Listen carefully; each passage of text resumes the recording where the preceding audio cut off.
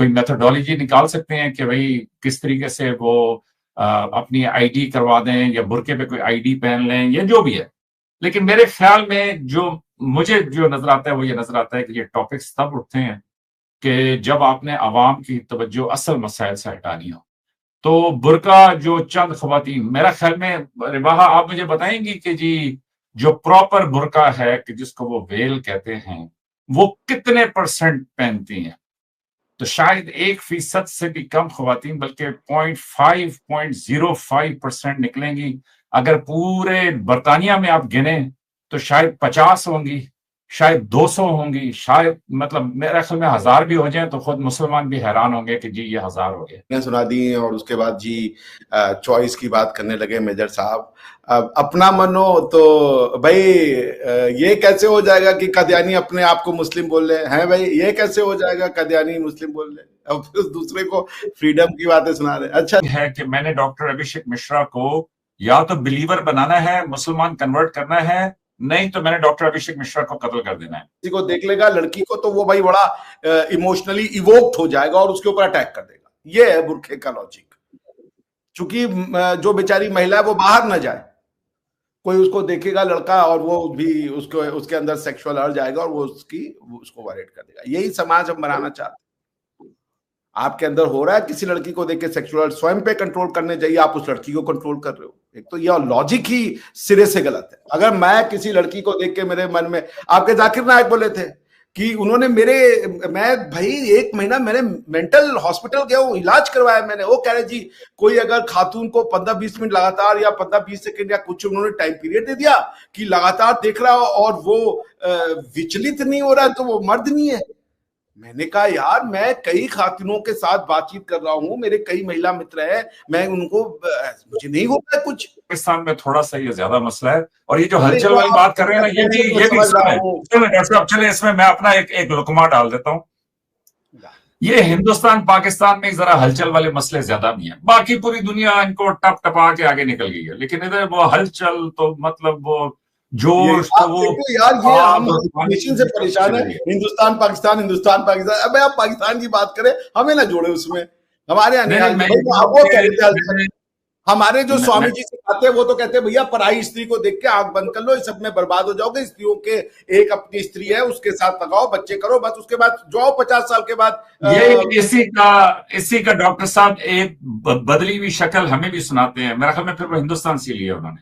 ये जो पराई स्त्री वाली बात है ना, इस तरह की मिलती जुलती यहाँ पे भी कहानियां हैं। Hi viewers, this is me Ribaha Imran which are watching my YouTube channel. Viewers, सबसे पहले चैनल को सब्सक्राइब करें, वीडियो को लाइक करें, शेयर करें और बेल आइकॉन ऑन करना मत भूलिएगा।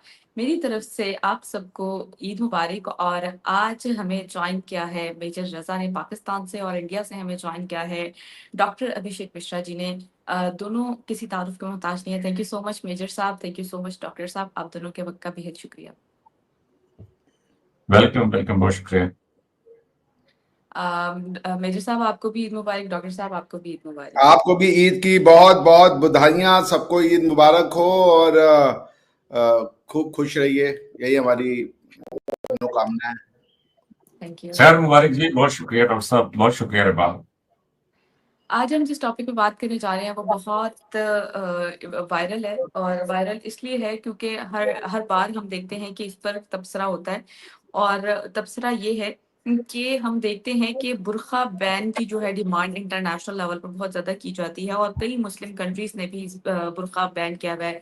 बहुत सारी ऐसी मुस्लिम कंट्रीज हैं, तो इस पर भी आज तबसरा करेंगे। और यूके की तरफ से ये कहा जा रहा है, यानी कि वहाँ पे डिमांड की जा रही है कि बुर्के को बैन किया जाए, और इस पर बात करेंगे, इसके पीछे क्या वजूहात हैं वो भी बात करेंगे। और दूसरा टॉपिक मेरा बेसिकली ये है कि चिनाब रिवर के पास इंडिया के कश्मीर वाली साइड से खबर आ रही है, इंडिया के प्राइम मिनिस्टर नरेंद्र मोदी ने जो है वो ब्रिज की इनोग्रेशन की है। इस पर बात करेंगे, और कहा यह जा रहा है कि दुनिया का सबसे बड़ा इसकी बुलंदी जो है आईफल टावर से भी बुलंद है। तो इस पर बात करेंगे। तो आगाज जो है हम मेजर साहब से करेंगे। मेजर साहब क्या कहना चाहेंगे आप? सबसे पहले तो मैं आपसे ये सवाल करूंगी, ये टॉपिक डिस्कस करना चाहूंगी कि बुर्का बैन की जो डिमांड है वो क्यों जो है वेस्ट पे बढ़ती जा रही है। अगर हम यूरोपियन कंट्रीज में देखें और कई इस्लामिक कंट्रीज में भी बुर्का को बैन किया गया है, और अब ब्रिटिश भी इस पर जो है वो ये कह रहा है, क्लेम कर रहा है कि हम जो है बुर्का बैन करेंगे, और बहुत सारे केसेस भी बुर्के से रिलेटेड हमारे सामने आते हैं। आप इस पर क्या कहना चाहेंगे? बड़ा ही डिफिकल्ट टॉपिक है जी मेरे लिए। और मैं जाती तौर पे ये समझता हूँ कि ड्रेस कोड वैसे तो डॉक्टर साहब भी डेमोक्रेसी की, मैं अगले दिन की बात सोच रहा था, और डेमोक्रेसी पे उन्होंने कहा कि जी डेमोक्रेसी। तो देखिए ये कितना इंटरेस्टिंग है कि डेमोक्रेसी में आप 400-500 लोगों को सिलेक्ट कर लें जी, और वो जाके जो भी फैसले हैं वो करें, चाहे वो अमेरिका हो, बरतानिया हो, दुनिया के जो भी मुल्क हो। और कमाल ये है कि आजकल के टेक्नोलॉजी के दौर में आप रिबाह सर्वे करना चाहें तो आप भी सर्वे कर सकती हैं कि भाई किस चीज की इजाजत होनी चाहिए, नहीं होनी चाहिए, अगर लोगों की आवाज ही सुननी है तो। लेकिन बहरहाल देख लें दुनिया में किस तरह के लोग फैसले करते हैं जो पार्लियामेंट में पहुंच जाते हैं, फिर वो डीप स्टेट और वो सारी। तो जो बुर्का है वैसे तो एक तरफ मगरिब की अपनी चॉइस ये है कि जनाब हर एक को आजादी इजहार, आजादी मतलब जिंदगी की आजादी, हर चीज की आजादी हासिल है। लेकिन बुर्का जो है वो एक मसला बन जाता है। मसला इसलिए बन जाता है क्यों कि भाई वो उसको, अब अगर तो कोई सिक्योरिटी रीजंस होना जी कि किसी का चेहरा आप नहीं देख सकते, किसी को आप शनाख्त नहीं कर सकते, तो फिर तो चलो समझ आती है कि जी बुर्के की क्या वजह है। लेकिन खालिस इस बुनियाद के ऊपर कि जनाब ये जो है वो एक जो इस्लाम से ताल्लुक रखने वाले लोग हैं वो बुर्के को फॉलो करते हैं। तो मेरी अपनी जाती समझ के अंदर कोई इतना सेंसिटिव इशू नहीं है इसमें। अगर वो चाहें, उनकी गवर्नमेंट और मुसलमान भी चाहें, तो वो बिल्कुल तरीके से एक दूसरे की बातचीत सुन के उसमें रास्ता निकाल सकते हैं कि किस तरीके से क्या करना है। लेकिन आप ये देखेंगी कि आजकल ये बुर्के का मसला ना 20-25 साल से वहां पे चल रहा है। और 20-25 साल से होते हुए, मतलब मैं आपका जब आपने लिंक भेजा तो उसके बाद देख रहा था तो 2006 में, 2002 में, मतलब पता नहीं कब से इसके ऊपर बहस हो रही है बुर्के के ऊपर। तो मेरी अपनी जाती समझ ये है कि बरतानिया वाले बेहतर जानते हैं कि जी उनके लिए कौन सा तरीकाकार, कौन सा कानून, कौन सी चीजें होनी चाहिए। लेकिन साथ में बरतानिया वाले आजादी इजहार, फ्रीडम ऑफ स्पीच और मतलब एक्सप्रेशन, और आप एक्सप्रेशन वो कहते हैं कि हर तरह का हो सकता है। आपका एक्सप्रेशन आपकी बातचीत हो सकती है, आपका एक्सप्रेशन जो है आपकी राइटिंग्स हो सकती हैं, आपका एक्सप्रेशन जो है वो आपका ड्रेस हो सकता है, आपका एक्सप्रेशन जो है वो आपका वे ऑफ लाइफ हो सकता है। तो एज लॉन्ग एज के वो डे टू डे लाइफ के अंदर कोई प्रॉब्लम नहीं क्रिएट कर रहा, तो मेरा ख्याल में कि अगर कोई खातून पहनना चाहती है बुर्का तो वो उनकी चॉइस है। जहां तक रह जाए कि जी सिक्योरिटी पॉइंट ऑफ व्यू से किसी को अगर आपने चेक करना है तो वो आप उसकी कोई मेथोडोलॉजी निकाल सकते हैं कि भाई किस तरीके से वो अपनी आईडी करवा दें, या बुर्के पे कोई आईडी पहन लें, या जो भी है।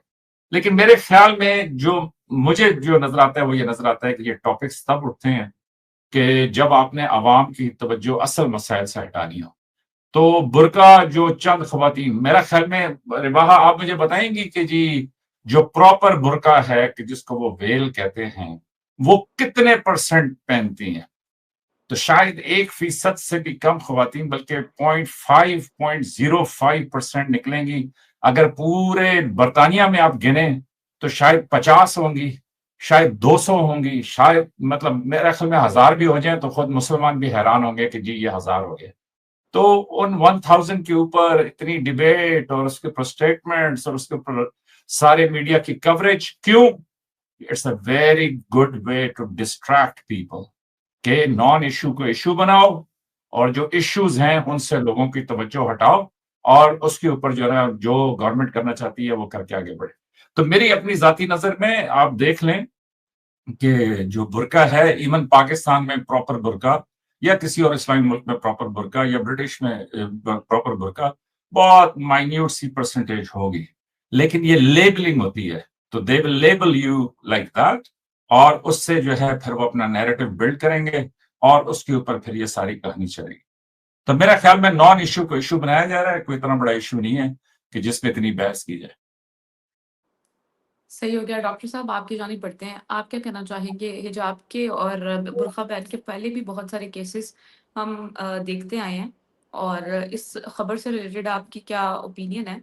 और आपके यहाँ पे एक बुर्का बैन और हिजाब बैन का भी केस एक आया था, क्या कहेंगे आपके कर्नाटका में? इस पर भी आप बताइएगा, और ब्रिटिश के हवाले से जो न्यूज़ आ रही है बुर्का बैन की, सॉरी, उस पर आपके क्या ओपिनियन है? देखिए, चीजों की समझ होनी बहुत आवश्यकता है। वो दिक्कत यही है कि समझ नहीं है ना, तो प्रॉब्लम हो जाता है। इंडिया में जो बैन नहीं था कभी भी, इंडिया में था कि आप स्कूल कॉलेज में आप जाएंगे तो आपको एक जो स्कूल यूनिफॉर्म होता है वो फॉलो करना पड़ेगा। उसके अगेंस्ट में कह दिया गया कि नहीं जी, हम तो स्कूल में भी जाएंगे तो हम बुर्के में जाएंगे, या जो भी है वो। देखिए, इट्स नॉट अबाउट बुर्का। मेजर साहब ने बड़ी अच्छी बात कही, डेमोक्रेसी को गालियां सुना दी, और उसके बाद जी चॉइस की बात करने लगे मेजर साहब। अपना मन हो तो भाई ये कैसे हो जाएगा कि कदियानी अपने आप को मुस्लिम बोल रहे हैं भाई? ये कैसे हो जाएगा कदियानी मुस्लिम बोल रहे? अब फिर दूसरे को फ्रीडम की बातें सुना रहे। अच्छा जी, इजराइल स्टेट नहीं है जी, ये कैसे हो जाएगा? हम अपने पाकिस्तान के पासपोर्ट में लिख देंगे जी इजराइल स्टेट।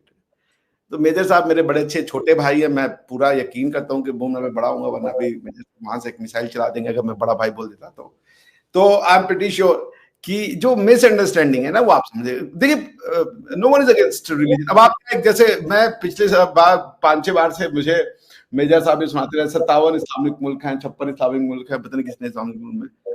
अब 2 सबसे बड़े इस्लामिक मुल्क, वो इस्लामिक मुल्क भी नहीं है। तो आप जो है ना वो रूमर्स पे चलते हो।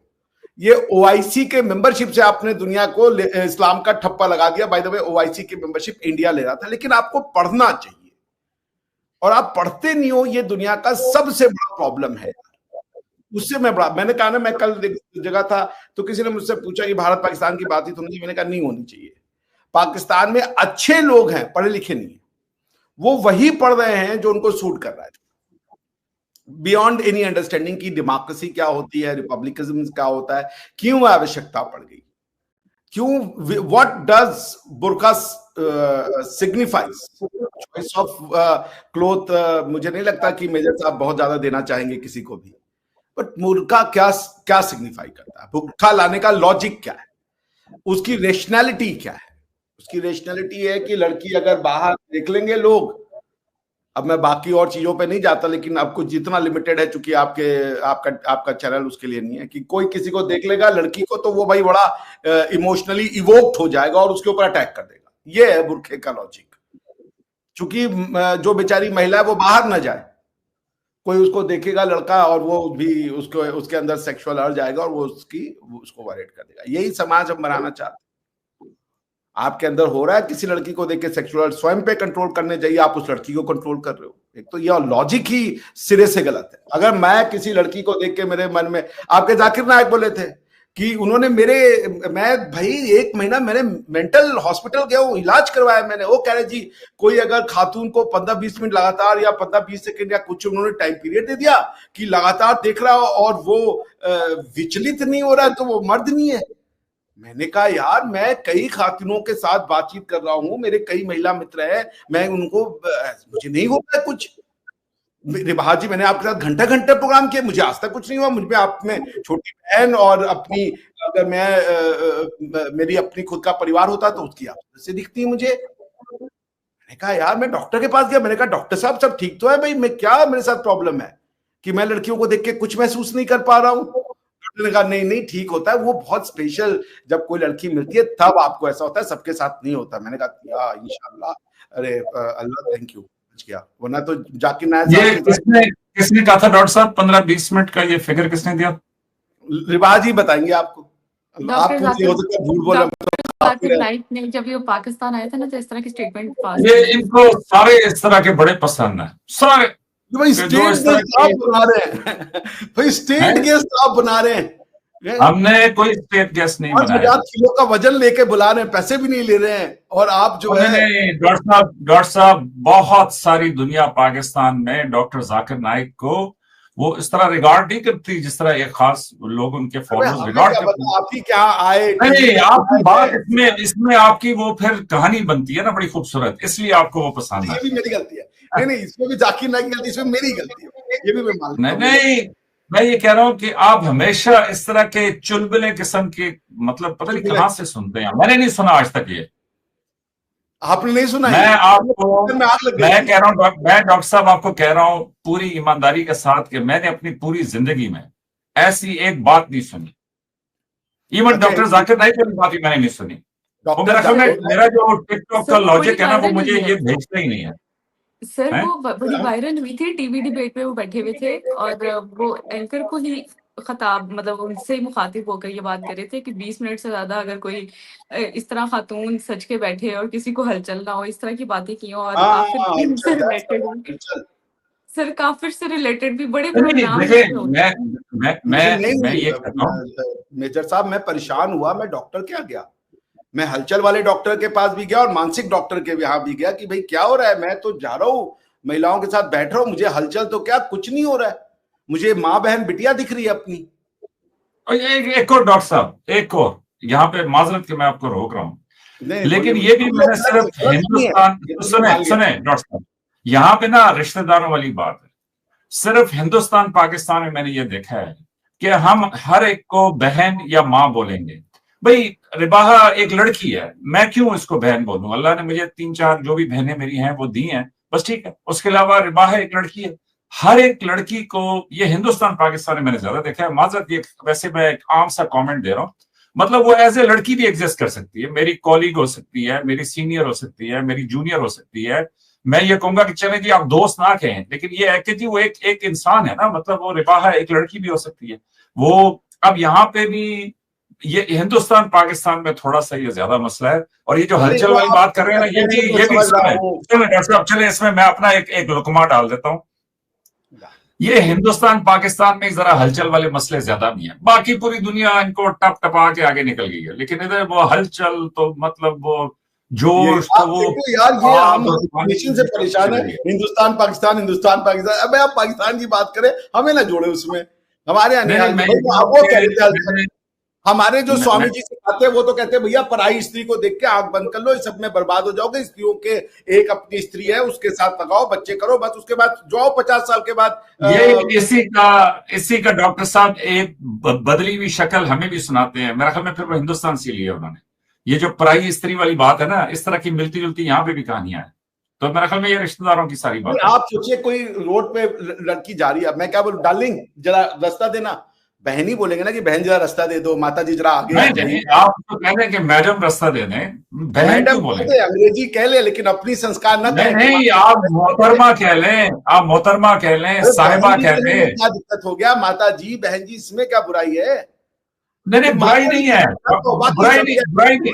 बुराई नहीं डॉक्टर साहब। मेरा अपना एक ओपिनियन ये है कि जब आप सबको बहनें बनाते हैं ना, डॉक्टर साहब मेरी अपनी ओपिनियन ये है कि जब आप सबको बहनें बनाते हैं ना, फिर आप किसी को भी बहन नहीं बना रहे। जब आप सबको भाई बनाते हैं, आप किसी को भी भाई नहीं बना रहे।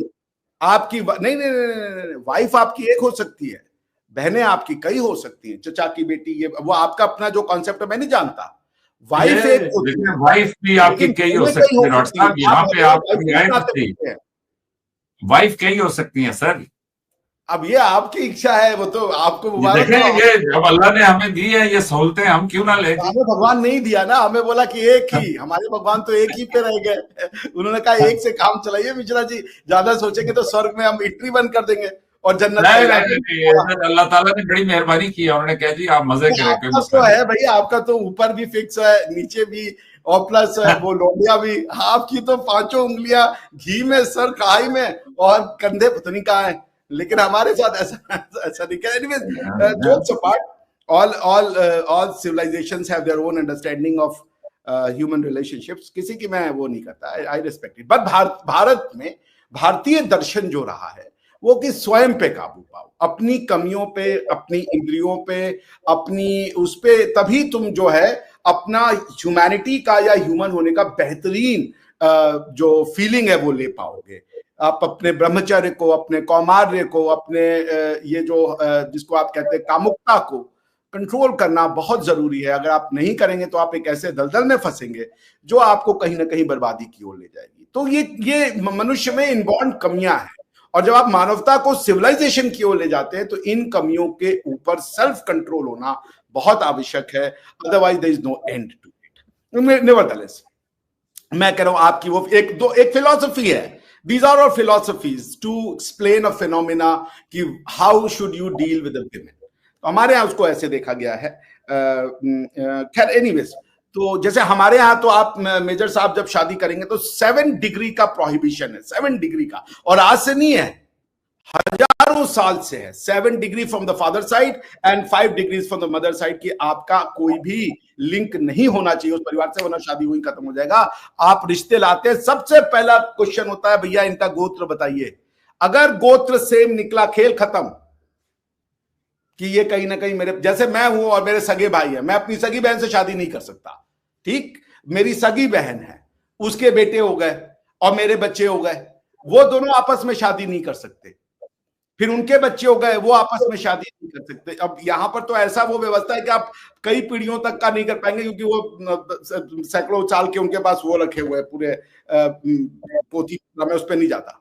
तो फर्स्ट थिंग है कि आप अगर गोत्र है और नाड़ी से में, शादी कैंसल इम्पॉसिबल है, क्योंकि वो फिर आप एक फैमिली ट्री में आ जाते हो और उसमें शादी नहीं हो सकती। बट तो इसमें 7 डिग्रीज फादर साइड पे और 5 डिग्रीज मदर साइड पे, ये स्टैट्यूटरी है, कस्टमरी नहीं है। स्टैट्यूट ने इसको ख्वातीन यहाँ पे भी जीत गई ना, कि उन्होंने कहा कि इसको जरा और परे कर दो, हमारा थोड़ा सा करीब कर दो। नहीं, ख्वातीन इसलिए कि आप जब लड़की दूसरे फैमिली में चली जाती है तो आपसे जेनेटिकली दूर हो जाती है। तो अब मेरी बुआ और मेरे चाचा जो हैं वो सेम रिश्ते में नहीं हो गए, बुआ के साथ फूफा की फैमिली जुड़ गई, फिर फूफा के फूफा उधर से फैमिली जुड़ती चली जाती है, इसलिए। लेकिन ये स्टैट्यूटरी है, यहां पर इस पे भी लेकर के वो रहता है। कस्टमरी में है कि कोई कर ही नहीं सकता। अगर वो कहीं से भी फैमिली ट्री जुड़ जाती है, और गोत्र और नाड़ी उसका जरिया है ये टेस्ट करने का कि whether you belong to the same family tree और नॉट। तो अगर वो दोनों आपका सेम है, बिना इसीलिए उसके ना वो कुंडली मंगवाते, बिना उसके वो शादी की बात करते नहीं है। That's very scientific. तो मैं खैर इसमें नहीं जा रहा, वो अपना अपना हर सोच। 7 डिग्री जो है वो कितने रिश्ते बन जाते हैं, मतलब कितने कजन्स कितनी दूर चले जाते हैं? जैसे मैं और मेरे भाई हो गए, ठीक है, या मैं और मेरी बहन, ये फर्स्ट डिग्री, ये नहीं, ये तो सगे हो गए ना, ये फर्स्ट डिग्री नहीं हुआ। अब मान लीजिए मेरे भाई की एक बच्ची होती है और मेरे बेटा होता है, ये फर्स्ट डिग्री कजन हो गए, ठीक है ना। अब ये शादियां नहीं कर सकते। अब मेरी मान लीजिए मेरे बच्चों के बच्चे हुए, मेरे भाई के बिटिया के बच्चे हुए, अब वो सेकंड डिग्री हो गए, वो आपस में शादियां नहीं कर सकते। और ये बहुत कॉम्प्लेक्स होता जाता है, क्योंकि फिर उसमें वो फैमिली ट्री फीमेल में मेल में जा रहा है और बहुत कुछ होता है। It's a very complicated process, so it's a strict no, आप नहीं कर सकते। और दूसरी चीज कि आपने अगर एक शादी की हुई है और दूसरी शादी करेंगे, जेल में चली जाएंगे इमीडिएटली, चलिए आइए वहां। तो बेहतर ये है कि आप एक में ही खुश रहें। और कई ऐसे लोग हैं उनको कुछ नहीं मिल रहा है, क्योंकि कई लोग हैं 4-5 ले लिए मेरी जगह, आप समझ रहे दुख हमारा। तो भगवान ने स्त्रियां तो उतनी ही बनाई है ना, 50-50 के हिसाब से। खैर एनीवेज, तो आपको मैं देखिए एक बड़ी मजेदार चीज दिखाता हूँ, और ये पढ़ने आप सोचिएगा इस विषय में, क्योंकि मैं यहाँ हारने आया हूँ, जीतने नहीं। ये लिखिए, मैं आपको ना कॉन्स्टिट्यूशन ऑफ इंडोनेशिया पहले पढ़ाता हूँ, फिर आपको पढ़ाता हूं मैं वो तुर्की का। इसको शेयर कर दीजिए जरा, मेजर साहब भी देख ले। मैं मेजर साहब से काफी कुछ सीखने आता हूं यहाँ पे। ये दिख रहा है मेजर साहब आपको? जी जी। ये अभी दिखा होगा, ये constitution of republic of Indonesia है, ठीक है सर? ठीक है sir, can you see it? अब मैं प्रियम्बल पढ़ देता हूं। Whereas independence is inalienable right of all nations, therefore all colonialism, watch this sentence, all colonialism must be abolished in this world, as it is not in conformity with the humanity and justice. And the moment of rejoicing has arrived in the struggle of Indonesian independence movement to guide the people safely and well to the gate of independence of the state of Indonesia. By the grace of God Almighty and motivated by the noble desire to live free national life, the people of Indonesia hereby declare independence. The state of Indonesia shall be unitary in the form of republic. Sovereignty is in the hands of the people and is implemented according to its constitution. In constitution, the state of Indonesia shall be state based on the rule of law. ठीक है ना? That means they are not saying that। अब आपको मैं दिखाता हूं तुर्की का। तुर्की का पढ़िए। द स्टेट, ये दिख रहा है मेजर साहब को? जी जी जी। The state of Turkey is a republic. The Republic of Turkey is a democratic, secular, and social state governed by rule of law within the nation, notions of public peace, national solidarity, and justice, respecting human rights, loyal to nationalism of Ataturk, and based on the fundamental tenets set forth in the preamble. अब मैं आपको preamble भी बता के बहुत कुछ बता सकता, लेकिन इंटरेस्टिंग है article 4, the provision of article 1 regarding the form of the state being a republic, the characteristics of the republic too. That means it's a secular state in the sense of that the religion and the state has been separated, and the rule of law they are talking about has been separated. Rule of law is entirely different from rule of Sharia. So bottom line ये है कि organisation of Islamic state जो कि उनकी शुरुआत थी, अगर मैं गलत नहीं हूं, मुझे मेजर साहब सही करेंगे, आपके भुट्टो साहब की.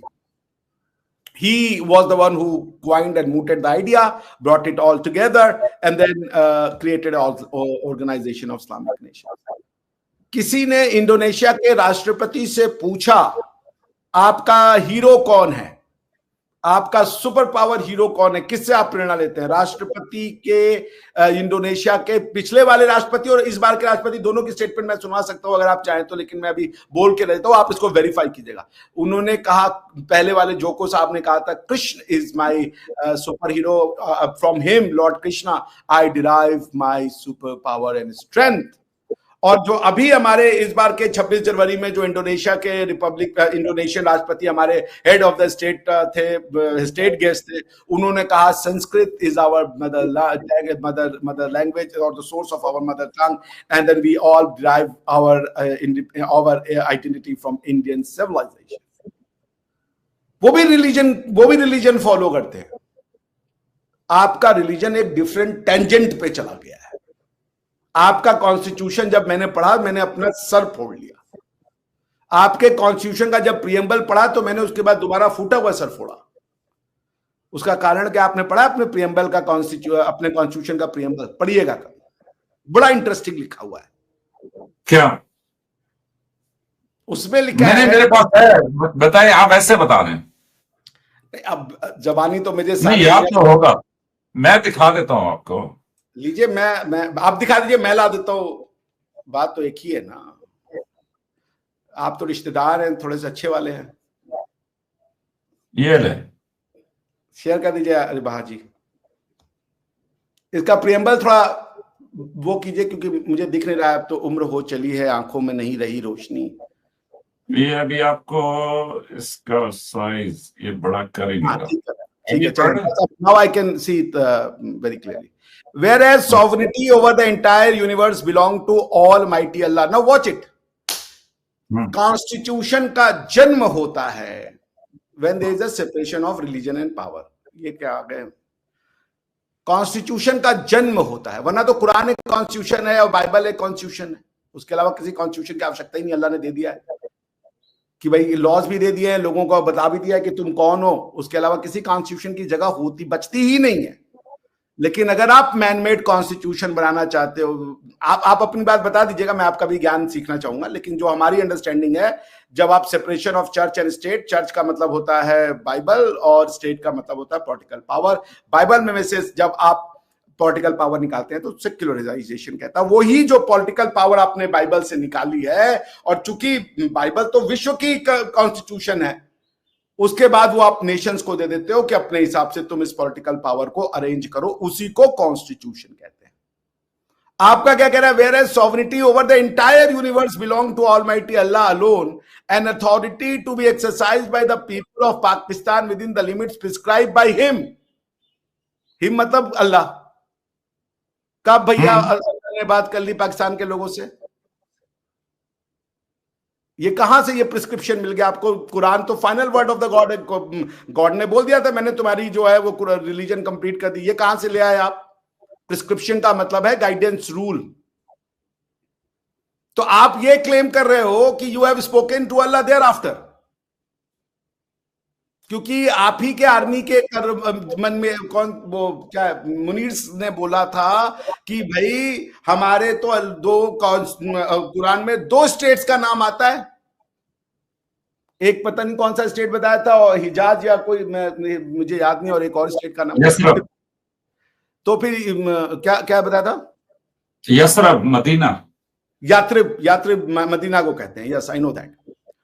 सो द पॉइंट इज कि जब आप डंडियां मारने लगते हो ना इस तरीके से, कि आप रिपब्लिक भी बनना चाहते हो मगर आप सेपरेशन ऑफ वो भी ना, उसके बाद आर्टिकल 1 में लिखते हो कि कुरान एंड सुन्ना इज द होली लॉ। ऐसा कोई कॉन्स्टिट्यूशन में नहीं लिखा है सिवाय अरेबियन कॉन्स्टिट्यूशंस के। आप अरबी बनने की आपने, अब इंटरेस्टिंग है, आप article 1 constitution of Saudi Arabia पढ़िए, और उसके साथ पढ़ना होगा तो आर्टिकल 7 ऑफ पढ़िएगा यूएई का कॉन्स्टिट्यूशन।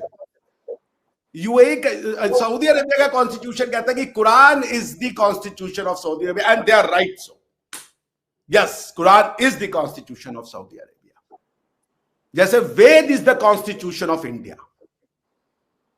सो वो सही है, मगर आपने खुद को अरबी बना लिया है, क्योंकि वो तो भाई आपने कहा prescribe by Allah to the people of Pakistan, authority have been given by him. कब ले आए आप मुझे नहीं पता, और किसने किसको मैं एक्सप्लेन करूं, बता दे। अच्छा डॉक्टर साहब, एक तो ये है कि एक मिनट में टेक्स्ट कर लूं। अच्छा डॉक्टर साहब, एक तो ये है कि मैंने खुद ये प्रीएम्बल पढ़ा हुआ है और स्कूल में भी पढ़ा था, फिर बाद में भी, फिर जिन दिनों आप जिक्र करते हैं उसके बाद अभी मैंने ये निकाल के दोबारा भी पढ़े।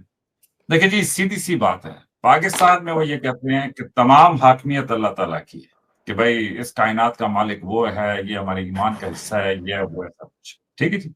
उसके बाद वो ये कहते हैं कि दुनिया पे अल्लाह का नायब जो है वो मैं हूं, मतलब जो इंसान है वो अल्लाह का नायब है। नायब means he is second to God, और सेकंड टू गॉड का मतलब ये है कि मैं इस दुनिया में मौजूद हूं, अल्लाह ताला ने मुझे यहाँ पे भेजा है, मेरी जिंदगी का एक मकसद है, और ये with in the limits prescribed by him, कि जो अल्लाह ताला ने कुरान पाक में बातचीत की भी है, उस बातचीत से रहनुमाई लेते हुए आप अपना कॉन्स्टिट्यूशन, इसमें गलत क्या है?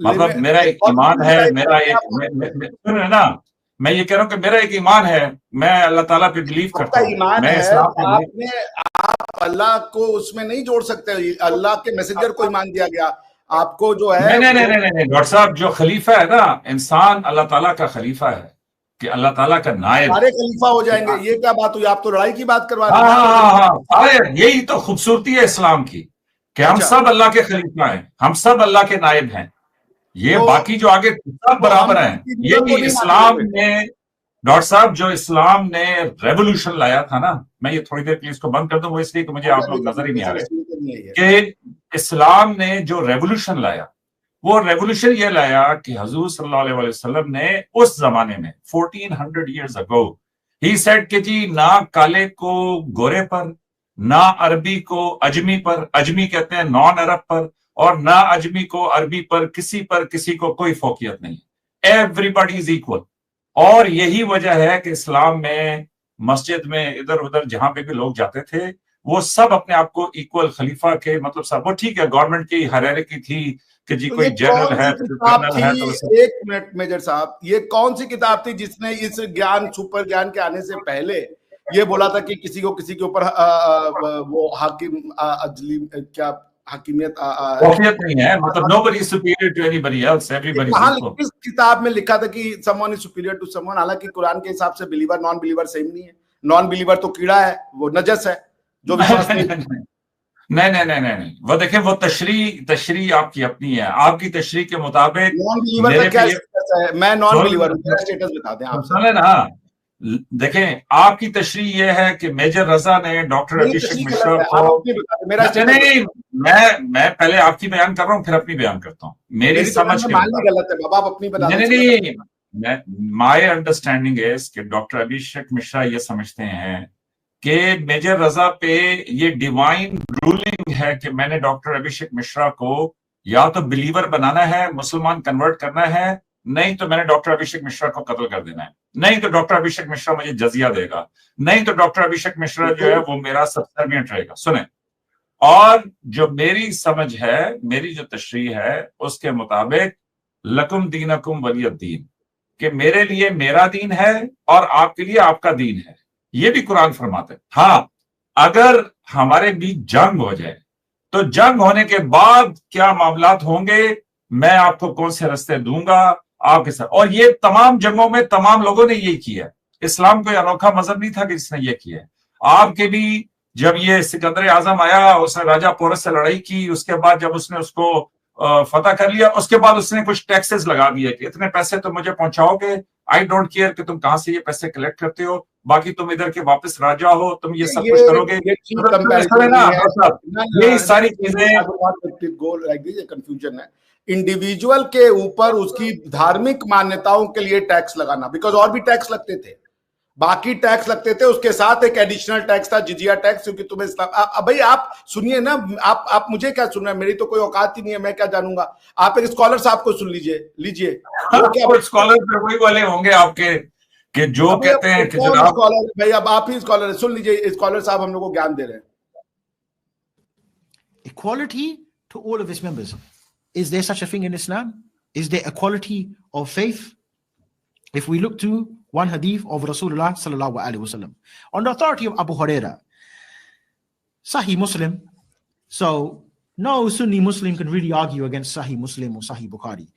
Rasulullah said, don't greet the Jews and the Christians before they greet you, and when you meet any of them on the roads, force them to go on the narrow side of it.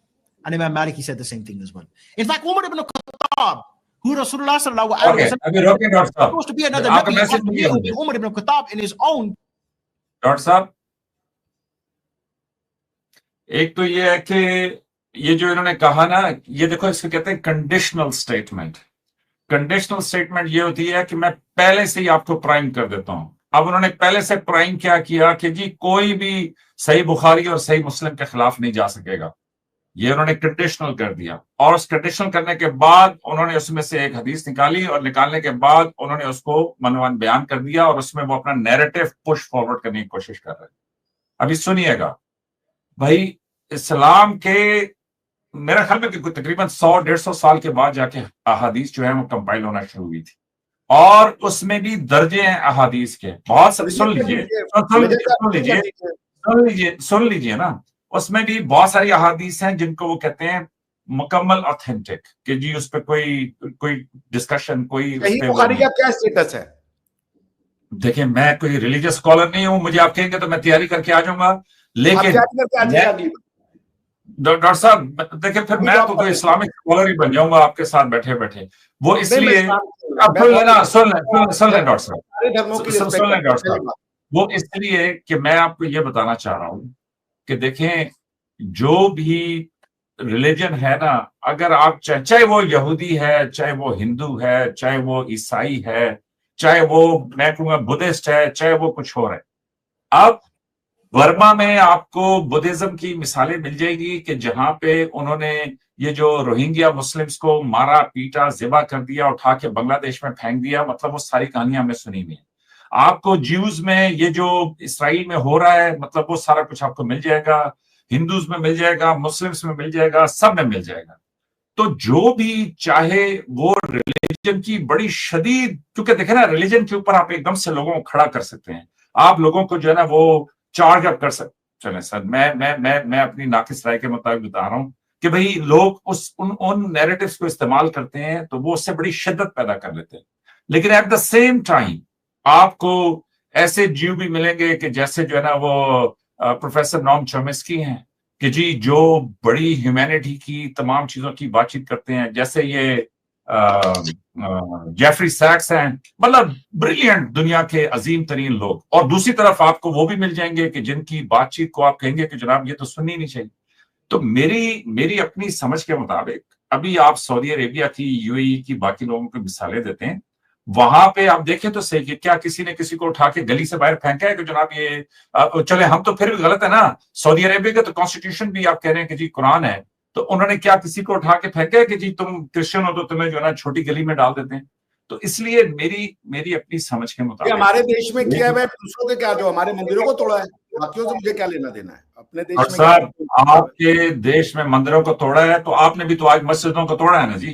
तो हमारी मंदिर पे मस्जिद बनाएंगे, वो तोड़े हमने। बाकी मैं डॉक्टर साहब, ये तो वो अंडे और मुर्गी वाला सवाल है कि पहले मुर्गी आई या पहले अंडा आया। जो भी जब ताकत में होता है, इस्लाम से पहले, सुन लीजिए सर, इस्लाम से पहले क्रिश्चियनिटी आ चुकी थी। ये तो ये आपका एनालॉजी कतई ठीक नहीं। चलिए इसको छोड़ देते हैं, मैं इस पे बात नहीं करना चाहता, मैं इस्लाम की बात नहीं करता, मैं सिर्फ इलस्ट्रेशन देना चाह रहा था। आपने उस दिन भी बार बार बात की थी, जो मैं आप लोग को समझाना चाहता हूँ बार बार, कि it's good to take religion, good to take, religion is okay, God चाहिए होता है, बिना गॉड के मनुष्य को मुश्किल होती है। God is a necessary, because of your feelings, may God word use करना, is a necessary thing, is a necessary element of the human psyche. He needs a constant जिसके ऊपर वो भरोसा कर सके कि ये मेरा अच्छा करेगा।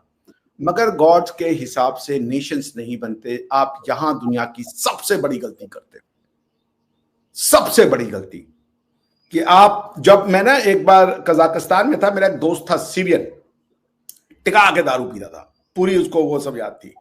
तो मुझसे एक बार उसने बड़े प्राउडली पूछा, tell me how many Arabic states are there in the world and dinner is tonight on me. Arabic word उसने पूछा।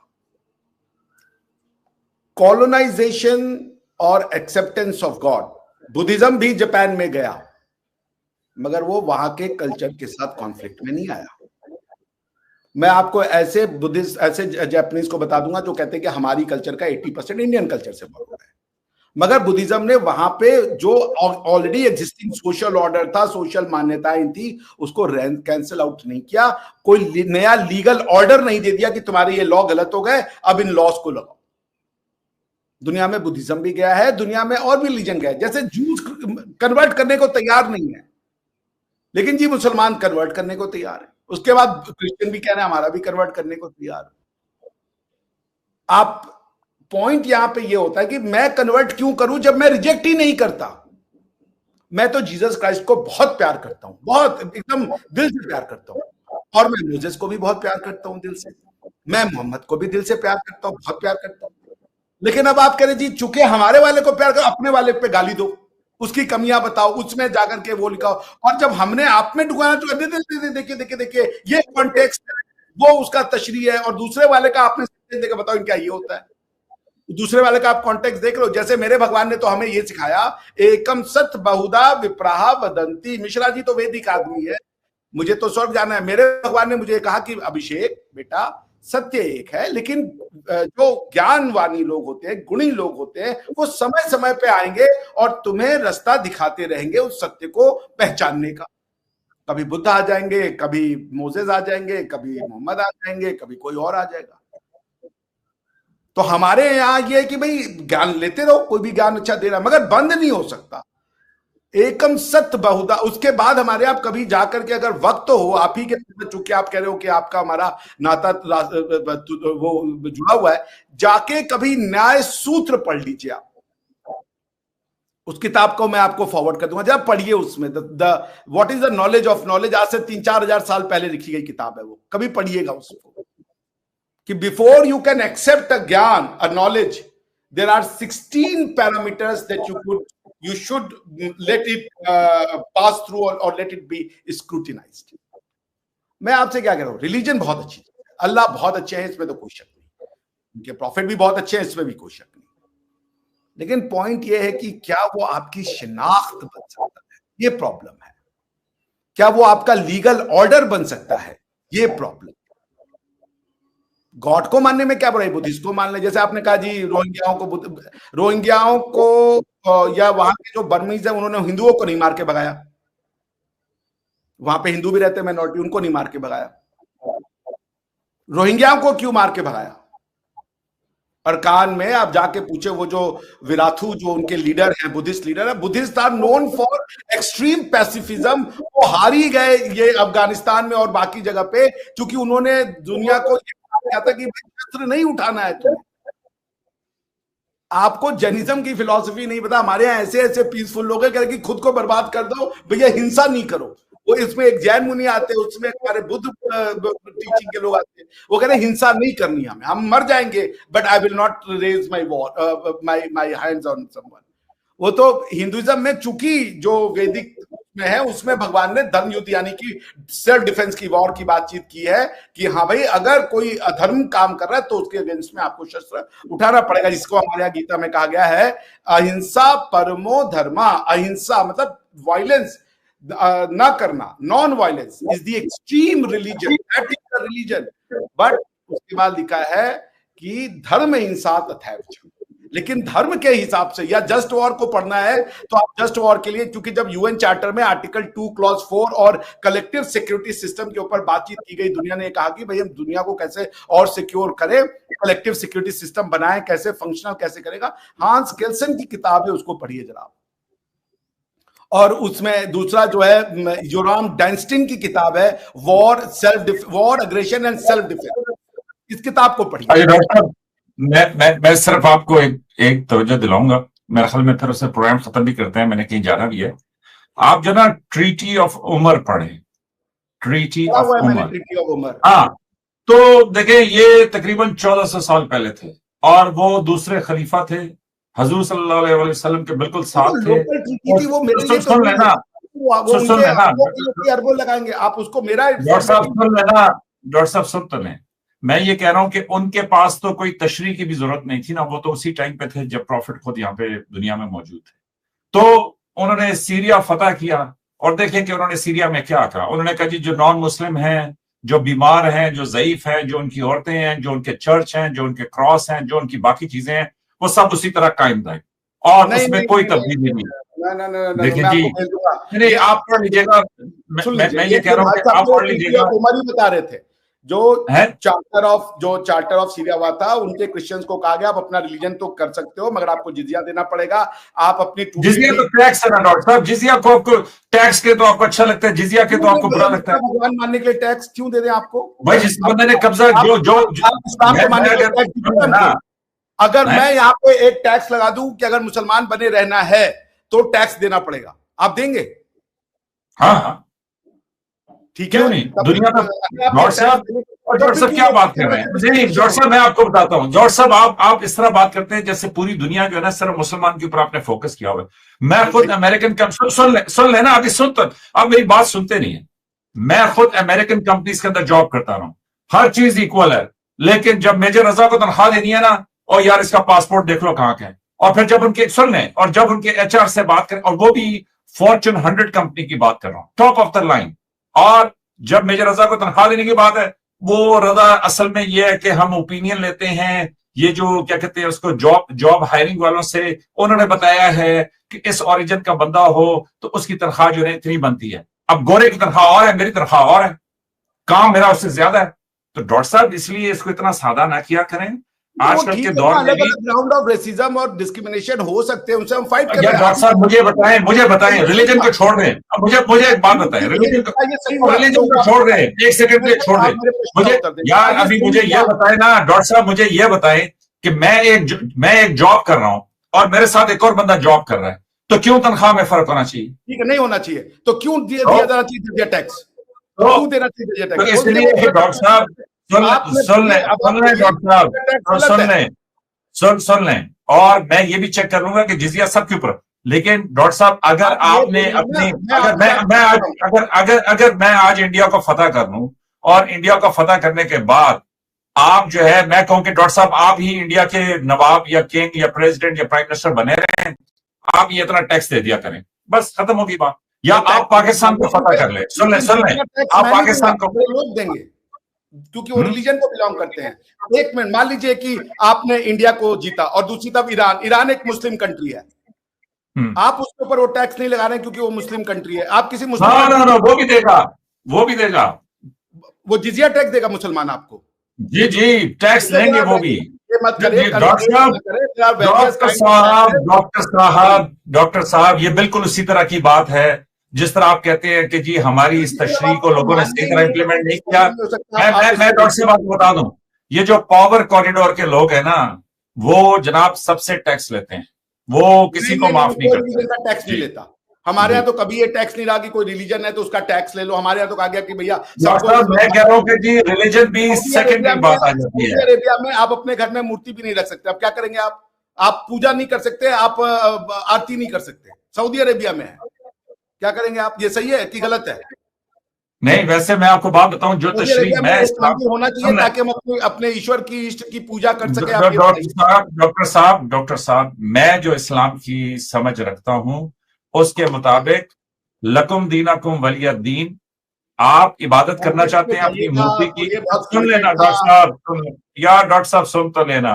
आप इबादत करनी चाहते हैं अपने भगवान की, आप इबादत करना चाहते हैं अपनी मूर्ति की, आप जिस तरीके से भी इबादत करना चाहते हैं, ना सिर्फ ये कि आप इबादत करने का पूरा हक रखते हैं, बल्कि डॉक्टर साहब अगर मैं मेजॉरिटी में हूं तो मेरी जिम्मेदारी है कि आप सेफली कर सकें ये आपको बिल्कुल बगैर किसी डर के, बगैर किसी खौफ के। मदनी आयत, उसके बाद अल्लाह ने कह दिया कि अल्लाह के नजदीक सबसे अच्छा रिलीजन इस्लाम है और ये आपके ऊपर ड्यूटी है कि लोगों को मुसलमान बनाए।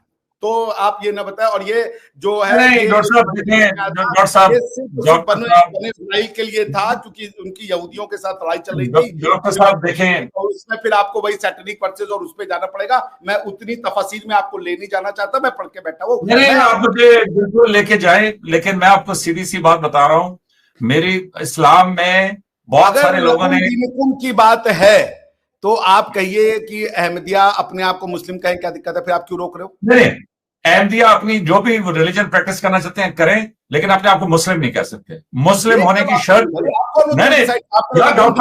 नहीं, अभी मैं हिंदू को डिफाइन कर सकता हूं, आपने डिफाइन कर लेना, मैंने तो नहीं करना।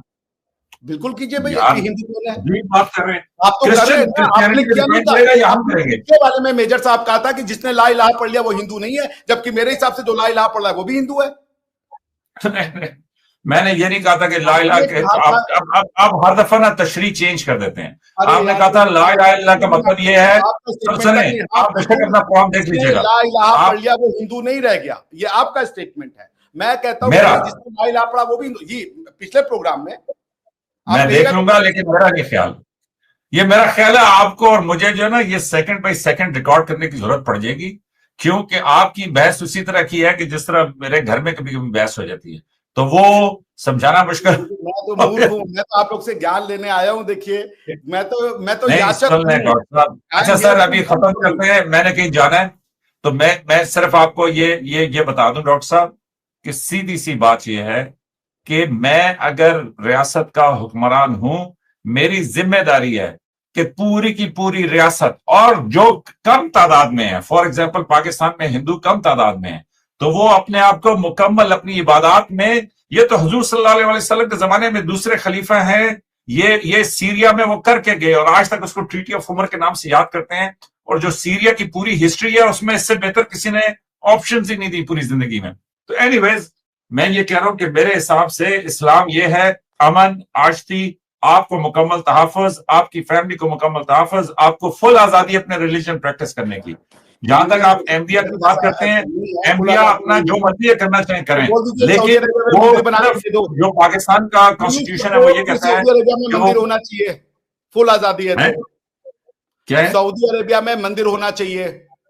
हाँ, अगर वहां पे हिंदू हैं, इबादत करना चाहते हैं तो बिल्कुल वहां पे हिंदू नहीं है, वहां पे काम करते हैं हिंदू, वहां तो नहीं दिया है। क्यों नहीं दिया?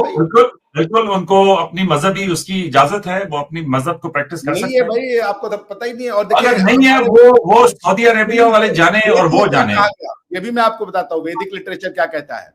एक राजा से कहता है प्रजा हिते हितम प्रजा सुखे सुखम।